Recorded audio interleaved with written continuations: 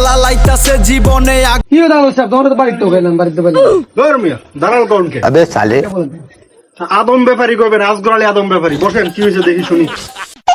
আমি তো বিটা জানার তো আশা করছিলাম আমি কিছু যাইতে পারবো না বয়স তো বেশি আশা করছিলেন কাকা আপনার বয়স কত? আরে বয়স তো আমার 50 আড়ি গাড়ি 50 না?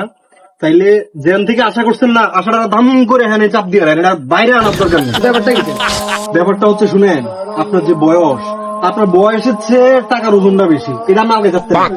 শুনেন কাকা, এই আজগর আলী মানুষের চোখের দিকে ছেলে কইতে পারে, ঠিক আছে?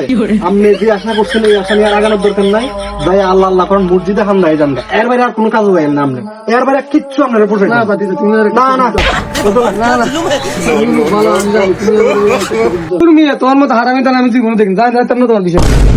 আজগর আলী কি এই ধরনের মাল নিবে, এই ধরনের প্রোডাক্ট নিবে বাইরে? কোথেকে আসে পাগল জাগো?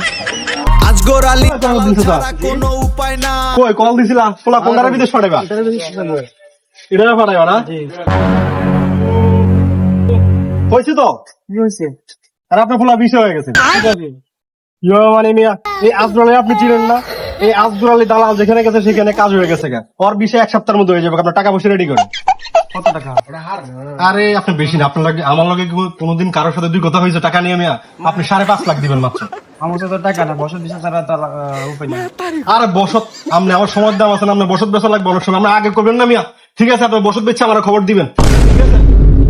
अभी मैं गाली नहीं दे सकता नहीं गाली দয়া মায়া কিছু নেই আজগর আলীর কাছে টাকা তারা কিছু বোঝে না। হ্যাঁ জব্বর ভাই, হ্যাঁ হ্যাঁ আইতাছি, দোকানে আইতাছি, ঠিক আছে। আজগর আলী দালাল ছাড়া কোনো উপায় নাই। কি কল? আমি তো আমার বললা একটা বিষয় চাইতেছি পোলা বিদেশ পাঠাইবা সমস্যা না, ভিসা আছে তো। কোন দেশে পাঠাইবা কো? হুলুলু পুরো চাও যেখানে কো, আমার কাছে সকল দেশে ভিসা আছে। দূর মিয়া কি দেশের নাম কইলা এটা তো বুঝিনি আমি। আমার পোলারে কুয়েত পাঠাবো, ঠিক আছে কত টাকা লাগবে? কত দিবা শোনো, এখন আজ রোদে ছিল, তুমি কিন্তু খুব কাছের মানুষ, সেই অনুযায়ী তুমি 8.5 লাখ দিও। 8.5 লাখ? দূর মিয়া তুমি কি আমাকে কবর পাঠাবে? শোনো, টাকা নিয়ে টেনশন করো কেন?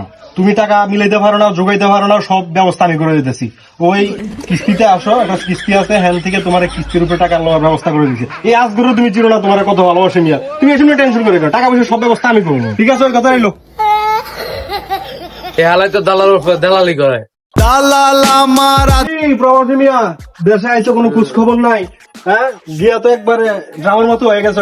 তার জন্য কি আনছো দেখ? কি এর মনে আপনার জন্য अबे साले আমার চিটারি করে পাঠাইছে মরুমিতে না আসলাম খেয়ে আমি। আর এগুলো হয়, এগুলো হচ্ছে, এগুলো নিয়ে চিন্তা করার দরকার নাই। এখন শোনো, মূল কথা যেটা, মূল কথা হচ্ছে এখন যদি বিষয় টিষয় আইনা থাকো দেও, বাইরে তুমি 50-50 করে ভাগ করে দাও, ঠিক আছে? দাও। আমারটা আমি দেখবো, তোমার দালাকে দিব নাকি? আরে নিয়ে দিলে তো না দিলে নাই, কিন্তু আমরা অপমান করবো না। হ্যাঁ, আজগর আলী দালাল বিষয় না দিলে না খায় মরতা। এখন বিদেশ গিয়ে আজগর আলী দালাল চিনো না? দালাল ছাড়া কোনো উপায় নাই। হ্যাঁ জব্বর মিয়া, কি খাসি আনছো? বিকেলে দাওয়াত না? ঠিক আছে আইতেছি, টেনশন নিও না, আমি আপন সময় মতো। কি জব্বর মিয়া, খাসির দাওয়াত হঠাৎ? তোমার ছেলে নাকি বিদেশ থেকে আইছে? ठीक है না? হ্যাঁ তো ছেলে পুরো তুল হয়ে গেছে। ঠিক আছে, এরকম বিদেশ গান ভালো। খাসি রান টান পাইতেছি না, ঘটনা কি? ছেলের ওষুধ আনো। কি রে ছিল রশিদ? শোনো না, শোনো শোনো। আরে আজগর একটা প্রেসিডেন্ট বলো। তুমি তো আমার কিস্তি দিলা, ফলারে বিদেশ নেওয়া দিলা, ফলা তো মার খেয়ে চলেছি। ব্যবস্থা তো একটা আছে, তুমি বাইন্ডার লাগবে, একটা প্রেসিডেন্ট আছে না আজগর আলীর মিয়া। আর শোনো, এমনি বাইন্ডার আছে টাকা দিন করতে, তোমার ফোনারে 1 সপ্তাহের মধ্যে বিদেশ পাঠানোর দায়িত্ব আমার, যত টাকা লাগে সবাই ব্যবস্থা করতেছি। তুমি আজগর আলী একটা প্রেসিডেন্ট আর খোলো মিয়া। তোমার আবার কি সম্মান, সম্মানের দাম আছে তোমার? अबे साले তুমি আজগর আলীর কথায় কাজে তুমি জানো তো। হ্যাঁ, এই বাইন্ডার রাখছি, একটা বিষয়টা খারাপ দিয়ে যাবে, খুলে দাও। শোনো, এখন তোমার ছেলেকে 1 সপ্তাহের মধ্যে বিদেশ পাঠাবো, তুমি কিন্তু জানো আজগর আলীর কথায় কাজে এক। হ্যাঁ, এরপর হচ্ছে ওই মধ্যম ফাড়ার বিধবা যে নারীটা আছিল, ওর কিন্তু পাত্র খুঁজতেছে বিয়ে করার জন্য।